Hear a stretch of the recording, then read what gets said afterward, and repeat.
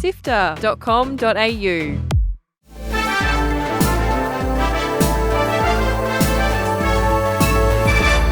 Hi, I'm Kyle Paletto. And I'm Gianni Di Giovanni. Welcome to Walkthrough, Sifter's weekly recap on the biggest news in video games. This week, there are new handhelds on the horizon. Phasmophobia has been delayed for console, and Saints Row studio Volition has been shut down by the Embracer Group. Here's the news for Sunday, 3rd of September.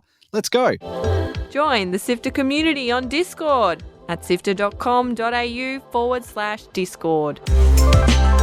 Veteran game studio Volition, which has been operating for around 30 years, has just been closed by its parent company, Embracer Group.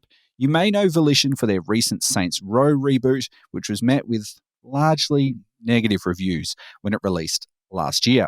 Volition paved the way in the 90s and 2000s with their Red Faction FPS titles and Free Space series and the trippy Windows 95 shooter Descent. And the bad news continues with further reporting from GameDeveloper.com that several former staff members at Embracer Group's Gearbox Publishing had also been made redundant in the past week. Time will tell how many more jobs or studios may be shuttered by Embracer in the coming weeks. Lenovo have now confirmed all the details for their upcoming handheld console. The Legion Go will sport an 8.8-inch QHD IPS display with a 144Hz refresh rate, all powered by AMD's Ryzen Z1 Extreme chip, and will feature detachable controllers reminiscent of Nintendo Switch's Joy-Cons. You'll also be able to pair the console with the Lenovo Legion glasses, a pretty slick-looking augmented reality headset that will project the game onto a virtual screen. It's not just about the hardware either. The Legion Go will be integrating closely with Xbox Game Pass, with games like Halo Infinite and Hi-Fi Rush being used in its marketing material. It's looking like it'll set you back around $1,400 Australian dollars, with a release date sometime in October. Speaking of handhelds, we got the official name and pricing for the PlayStation Remote Play device. It's a PSP. That's right, a PlayStation Portal.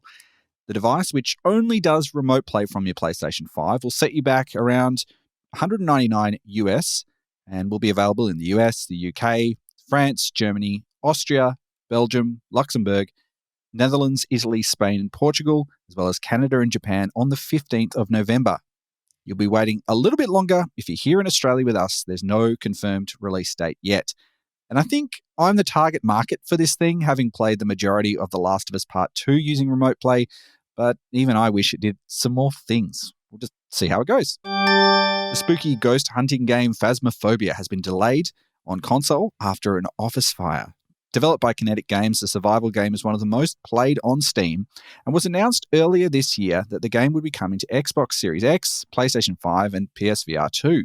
In a statement, the team said that a recent fire incident at their office building and unpredicted development issues, the console development has been severely impacted and it will now be released in October.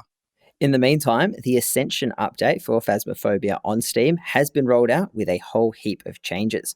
There are now different tiers to each item that you can unlock. Heaps of bugs have been squished, the progression system has changed, and many of the ghosts and paranormal beasties have been tweaked. It's made the game a lot more challenging, but hey, it's still a lot of fun trying to use the Tier 1 items to figure out if you're being haunted by a demon.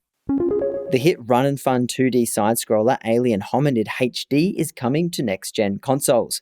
The developer, The Behemoth, announced earlier this week Alien Hominid, which originally started as a Flash game on the entertainment website Newgrounds in 2002, will be released on Xbox, Switch, and Steam. The game has had a history of ports and updates, with it being brought to PS2, Xbox, and GameCube in 2004, Game Boy Advance in 2006, and finally a HD version on Xbox 360 in 2007, which is still the only way to play it on modern systems using the Xbox backwards compatibility. There isn't a release date as of yet, but in addition to Alien Hominid HD, the team announced that you can also purchase it in a bundle with Alien Hominid Invasion, which is an all-new, reimagined version with new gameplay and mechanics. With Starfield finally launching next week, Bethesda has revealed it's commenced work on The Elder Scrolls 6, with the company's head of publishing, Pete Hines, this week sharing that the game is now in early development, moving past its pre-production phase. Sadly, if you're like me and can't wait for more news or even maybe a second of footage, you might want to temper your expectations and prepare to wait a couple more years. Hines says Starfield remains the studio's primary focus, with significant post-launch support already planned, and Phil Spencer has suggested that Elder Scrolls 6 could be 5+ years away. PlayStation is upping the price of their PlayStation Plus service across the world, with quite a huge hike for local Australian subscribers from September 6th. The standard 12-month essential plan has jumped up $15 to $95.95 per year, but it's the deluxe 12-month subscription, which gives you access to the full PS Plus game library, that has received the biggest price hike, going from $155 to $197. A PlayStation Plus subscription is required to use many of games' online features on the PlayStation Network, and the change comes as inflation, energy prices, effectively everything else on the planet continues to skyrocket. That's it for the big headlines. Here's what's coming out over the next week. Console players rejoice. Baldur's Gate 3 finally arrives on PlayStation 5 on Tuesday, September 5, with the Xbox Series X and S editions planned for later in 2023. Baldur's Gate 3 launched to a heap of praise on PC in early August, quickly becoming one of the highest rated games of the year. If you enjoy Dungeons & Dragons, this one cannot be missed. Coming out on the 6th is the full release of Bethesda's highly anticipated space RPG Starfield. Explore over 1,000 planets, customize spacecraft, battle space pirates, and uncover the story of a massive universe when Starfield comes to PC and Xbox this Wednesday. And keep an eye on sifter.com.au for our review and our episode of Drop Rate. There's a new Final Fantasy game on the horizon, a mobile game. Final Fantasy VII Ever Crisis comes to iOS and Android on September 7.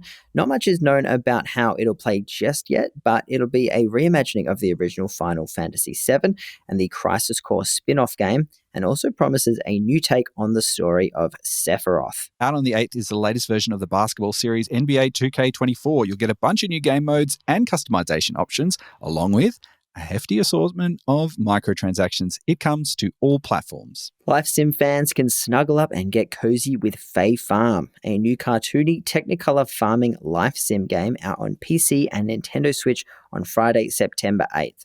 It mixes dungeon crawling with farm sim activities, so think Rune Factory meets Animal Crossing. Articles to read, Videos to watch. and podcasts to listen to. SIFTER.com.au. This has been Walked Through by Sifter. My name is Gianni Di Giovanni. And my name is Kyle Paletto. Thank you so much for listening. We know you love our podcast, so why not become a monthly backer on Ko-Fi? Your support lets us keep making the shows. It's easy to do. Head to sifter.com.au/support, where it starts from just $1 a month. That address again is sifter.com.au/support. Sifter is produced by myself, Fiona Bartholomeus, Adam Christou, who was script editor on this episode, Daniel Ang, and Chris Button.